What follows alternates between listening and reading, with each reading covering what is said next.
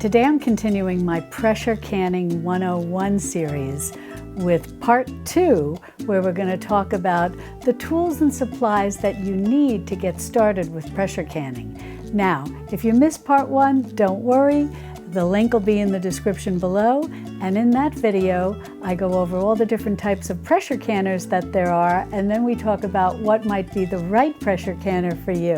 Hi sweet friends! If you're new here, I'm Mary from Mary's Nest and author of the Modern Pioneer Cookbook and the Modern Pioneer Pantry, and I'd like to welcome you to my kitchen. The reason that I'm doing this pressure canning series is twofold. One, so that these videos are available across YouTube for all my sweet friends. But also, my second reason for doing this is because this is related to my new cookbook, the Modern Pioneer Pantry, which contains QR codes. And each chapter in my new cookbook, the Modern Pioneer Pantry, will have a QR code that'll take you over to a page on my website that will have videos embedded on that page discussing that particular chapter topic. And the chapters address not only pressure canning, but also water bath canning, drying and dehydrating, freezing, fermenting, and pickling. Now, if you're watching this video in August or sometime after August, you'll be able to follow along in my book starting on page 92, where we discuss pressure canning. But if it's before August, you can pre-order this book right now, and it'll be on its way to you in August. And the nice thing about pre-ordering the book is that you'll also be able to order a free signed book plate. And for information about the book and the signed book plate, be sure to check the description below. Well, I've got a variety of things here, but if you are water bath canning, a lot of this is going to look very familiar, and you're not going to need to buy extra tools and supplies, which is good news. But if you're new to home canning, this will help you understand what you need to either water bath can or, in the case what we're going to talk about today, pressure can. The most important thing that you're going to need whenever you pressure can are going to be your canning jars.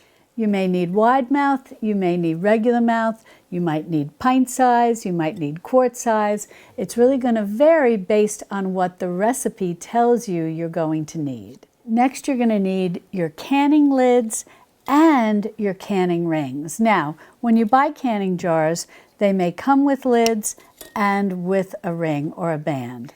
Now, you can reuse your jars and you can reuse your bands, but if you use these type of canning lids, you cannot reuse these. You should discard these, and with each new canning project, you'll want to start with new lids. Now, there are reusable lids, but I don't use those. Now, once you've got your jars, your lids, your bands, you're all ready to can. Now, some supplies that are very helpful is a funnel, and this is nice because this particular one can fit over a wide mouth jar or a regular mouth jar. And the nice thing about this funnel is that it does double duty. It also shows headspace measurements because your recipe will tell you leave a 1-inch headspace, a 1/2-inch headspace, and that's from the rim of your jar, or a 1/4-inch headspace, and so on and so forth. And you can just easily put your funnel over your jar, and then what comes in handy next? A ladle. And this is a nice ladle that's made for home canning because in between each batch that you're filling, you can hook this to the side of your pot, and then you can easily pull it off and move on to your next jar.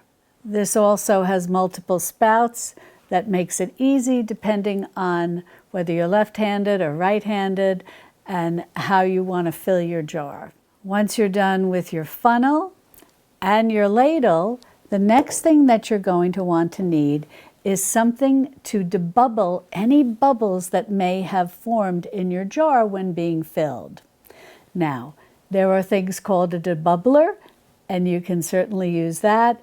If you have a plastic knife, that can work well also. What's nice about some of the debubblers that are made today, they also have little notches on them that indicate the headspace.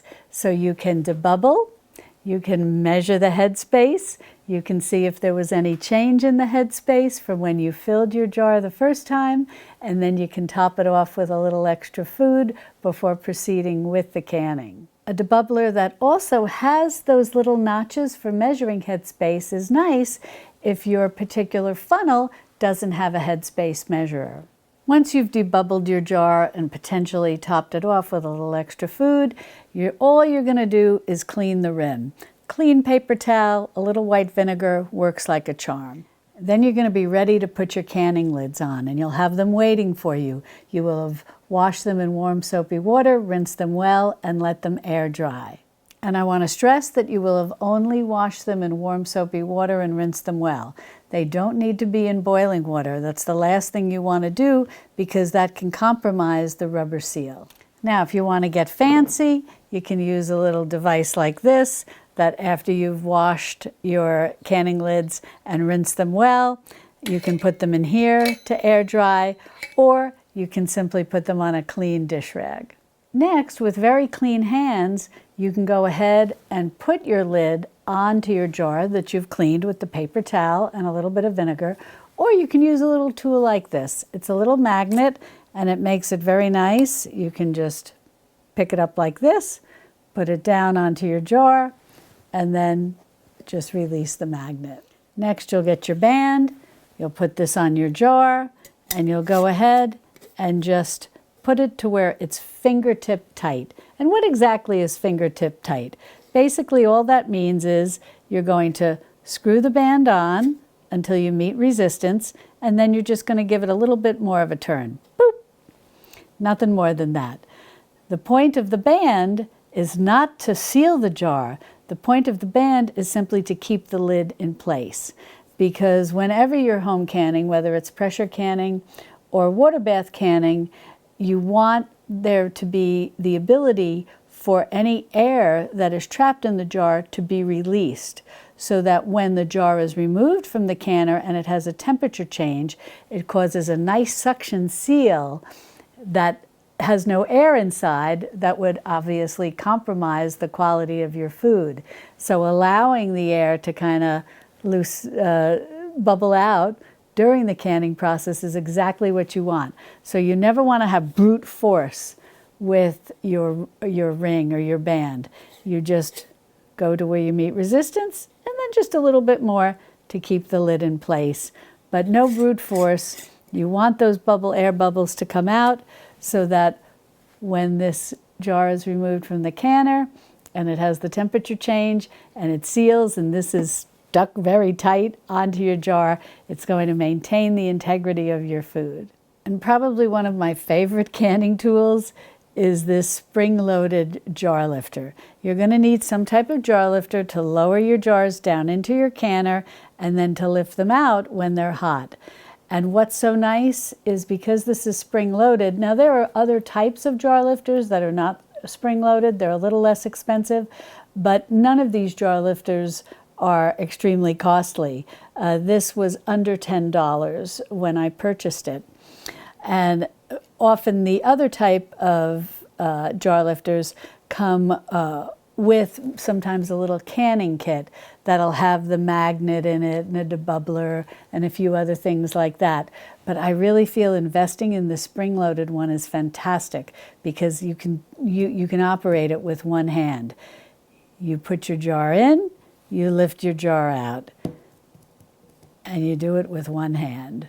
It's fantastic. Now, this isn't required. This is just if you want to be fancy. You can often find labels that you can label your canning jar with whatever the ingredients are. This is especially nice if you're giving your canned foods as gifts. Normally what I'll do is just write on my lid with a Sharpie. Next, I just want to talk about some ingredients that may be called for in your pressure canning recipes. And one is pickling and canning salt. And what's nice about this is that it's just salt. And that's what you want when you go to can, whether it's water bath canning or pressure canning. You don't want anything that has a lot of chemicals in it because it can affect the integrity of the contents of your home canned food. So some type of pickling and canning salt is always going to be your best bet. Generally, when you're canning tomato products, whether you're water bath canning them or pressure canning them, the National Center for Home Food Preservation will call for using some type of acid in your tomato product to guarantee that it has the proper acidity to be home canned. Often your options will be lemon juice or citric acid. Now, these can affect the flavor of your tomato product, so often you'll see the recipes will also call for a little sugar that'll help counteract the taste of the tomato product. But for safety, the National Center for Home Food Preservation does recommend using something like lemon juice or citric acid. You may also find that some recipes will call for ascorbic acid, and all that is vitamin C. And the recipe may mention that you can use it in powder form or that you can crush up some vitamin C tablets. And the reason that some recipes will call for ascorbic acid is simply to help with the color retention of the particular food that you are home canning. But it's generally not called for in most recipes, just certain ones, and that would be specified in the ingredients. Now, to catch up, be sure to check the description below so that you can watch part 1. And if you're not subscribed, consider subscribing so that you can get notified when I release part 3, where we're going to pressure can a low-acid food.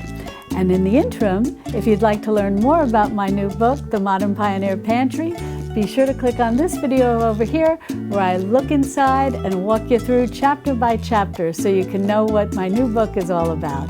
And I'll see you over there in my Texas Hill Country kitchen. Love and God bless.